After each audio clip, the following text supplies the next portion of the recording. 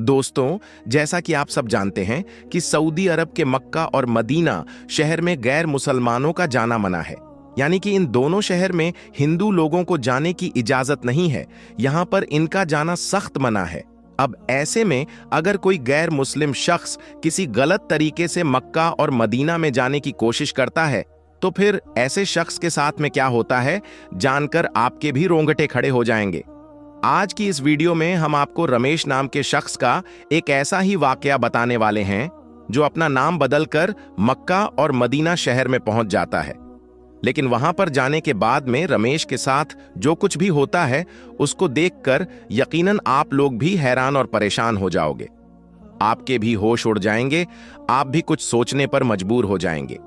इसलिए आज का हमारा ये वीडियो आप सभी के लिए बहुत ही ज्यादा खास है। आप हिंदू हो या मुसलमान, आप इस वीडियो को आखिर तक जरूर देखें। इंशाअल्लाह इसको देखने के बाद इस्लाम को लेकर आपकी सोच बात जाएगी। और अगर आपको हमारा ये वीडियो पसंद आए तो दिल से एक लाइक करके शेयर भी कर दें, ताकि और भी लोगों के पास में ये जानकारी पहुंच जाए। तो चलिए दोस्तों, शुरू करते हैं।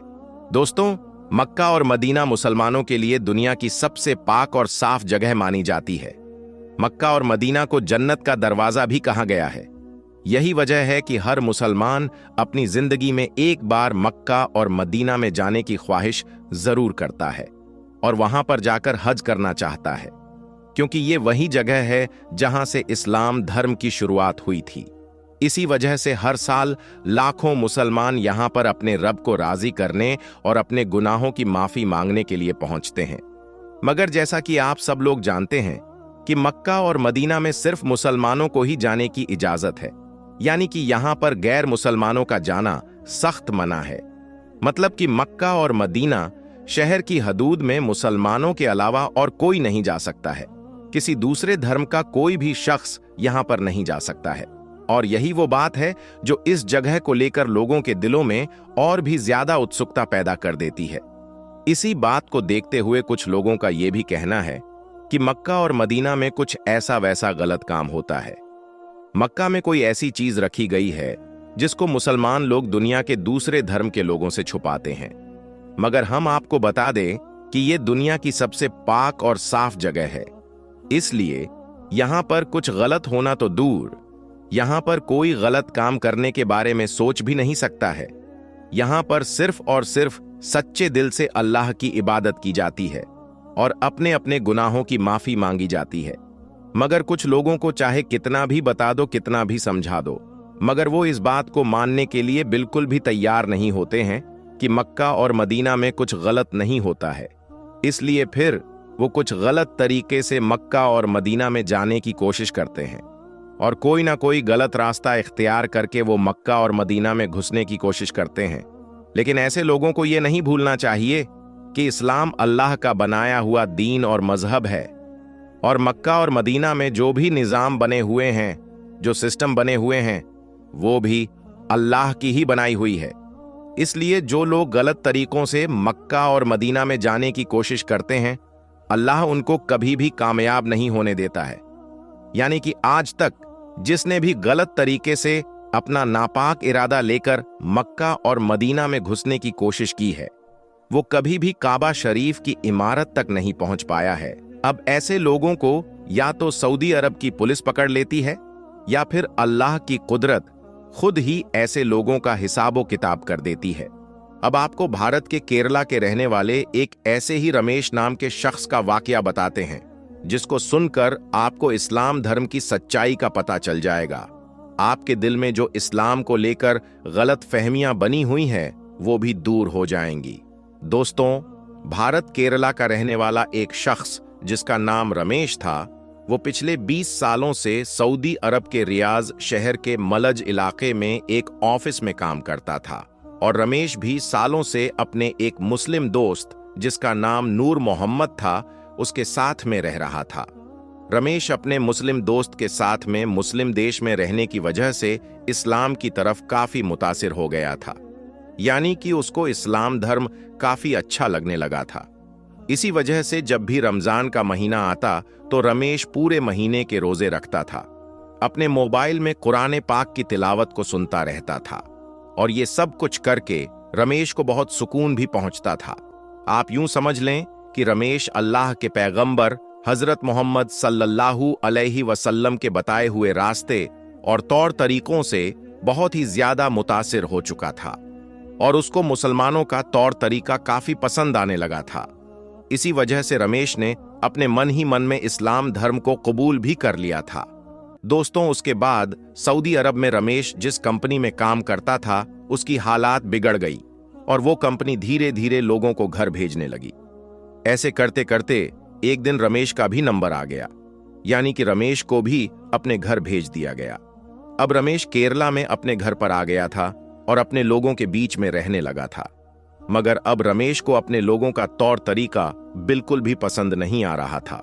अब उसको यहाँ पर घुटन सी महसूस होने लगी थी। अब रमेश यहाँ पर दिल ही दिल में अल्लाह की इबादत करता और दुआ करता रहता था कि या अल्लाह कोई ऐसी सूरत निकाल दे कि वो वापस सऊदी अरब चला जाए। लेकिन उसकी उम्र ज्यादा होने की वजह से अब उसका दोबारा वीजा भी नहीं लग रहा था।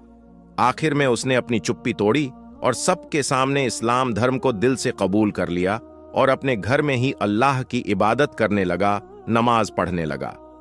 रमेश के इस काम को देखकर उसका समाज बहुत ही ज्यादा नाराज हुआ और उन्होंने इसको अपने समाज से बेदखल कर दिया, यानी कि उसको अकेला कर दिया। लेकिन याद रखिए, जो अल्लाह की राह में चल पड़ता है, अल्लाह उसकी मदद जरूर करता है। रमेश इस बात को अच्छी तरह से जानता था, इसलिए उसको अपने अल्लाह पर पूरा भरोसा था कि अल्लाह उसकी इस मुश्किल को भी जरूर दूर कर देगा। दोस्तों, हम आपको बता दें कि मुसलमान बनने के बाद रमेश ने अपना नाम बदलकर रियाज रख लिया था और उसने फिर रियाज के नाम से ही अपना दूसरा पासपोर्ट भी बनवा लिया था। इस्लाम कबूल करने के बाद में रमेश उर्फ रियाज एक सच्चे मुस्लिम की तरह 5 वक्त की नमाज भी पढ़ने लगा था और इस्लाम की दी गई नसीहतों पर भी चलने लगा था। एक दिन रमेश फज्र की नमाज पढ़कर अल्लाह से दुआ मांगने लगा, या अल्लाह, मैं आपका घर मक्का और मदीना की जियारत करना चाहता हूँ। या अल्लाह, मैं हज करना चाहता हूँ। अब मैं हमेशा हमेशा के लिए वहीं पर रहना चाहता हूँ।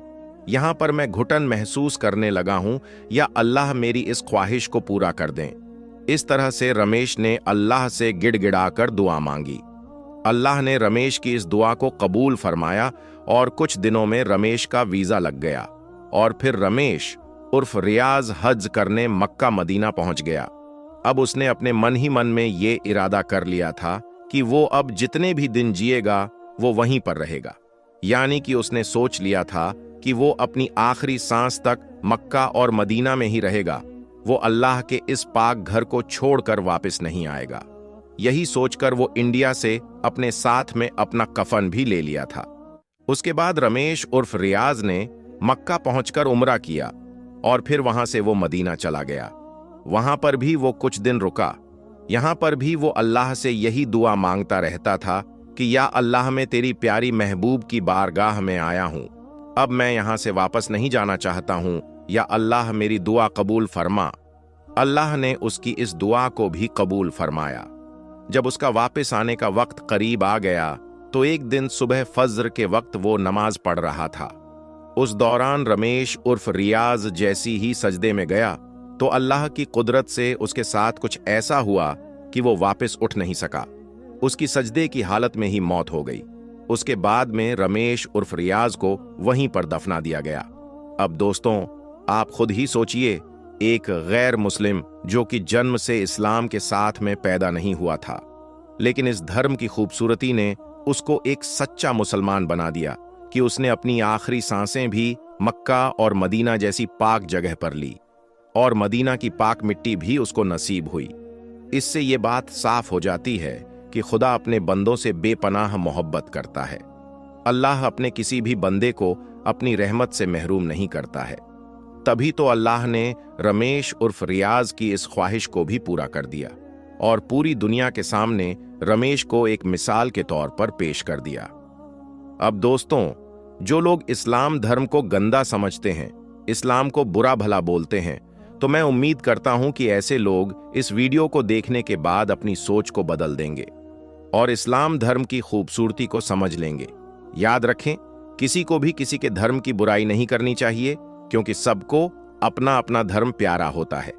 इसलिए हम सबको चाहिए हम किसी के भी धर्म की बुराई ना करें, किसी के भी धर्म को गलत ना बोलें।